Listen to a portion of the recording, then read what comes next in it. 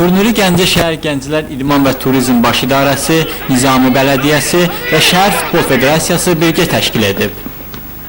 Biz deməli belə qərara gəlmişik ki, bu turnirləri hər il mütəmadi olaraq bu turnirləri keçirək və idmanla olan gənclərin, cavanların həvəsini daha da artıraq. Turnirə şəhərin 6 futbol komandası qatılıb. Oyunlar 2 yarım qrupda keçirilib. Birinci yarım qrupda Lokomotiv, Spartak və Metallurq, ikinci yarım qrupda isə Şəhadət, Toxucu və Ozan komandaları mübarizə aparır. Yarışın baş hakimi Mübariz Hüseynovdur. Dünən turnirin final mərhələsi keçirilib. Metallurq komandası Ozan komandasını 2-1 hesabı ilə məğlub edərək yarışın qalibi oldu. Üçüncü yer uğrunda keçirilən oyunda isə Şəhadət komandası da eyni hesabla Spartak komandasını məğlub etdi.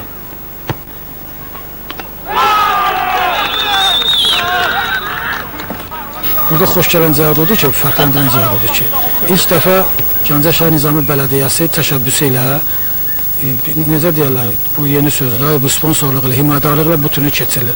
Yəni bu turnir, mən deyərdim ki, yüksək təşkilatı cəhətdən də seçilir o bir turnirlərdə. Yəni burada bu turnirin keçirilməsi üçün bunun afişaları, proqramması, dəvətnamələri, medalları, xüsusi mükafatları, Bələdiyyənin rəisi tərəfindən, şəxsin özü tərəfindən bəyənilib. Sonda turnirin qalib komandalarına pul mükafatı verildi. Birinci yeri tutan Metallurq komandası Nizami Bələdiyyəsinin keçici kuboku və fəxri fərmanı ilə, ikinci və üçüncü yerlərə sahib olan komandalar isə medallarla təltif edildi.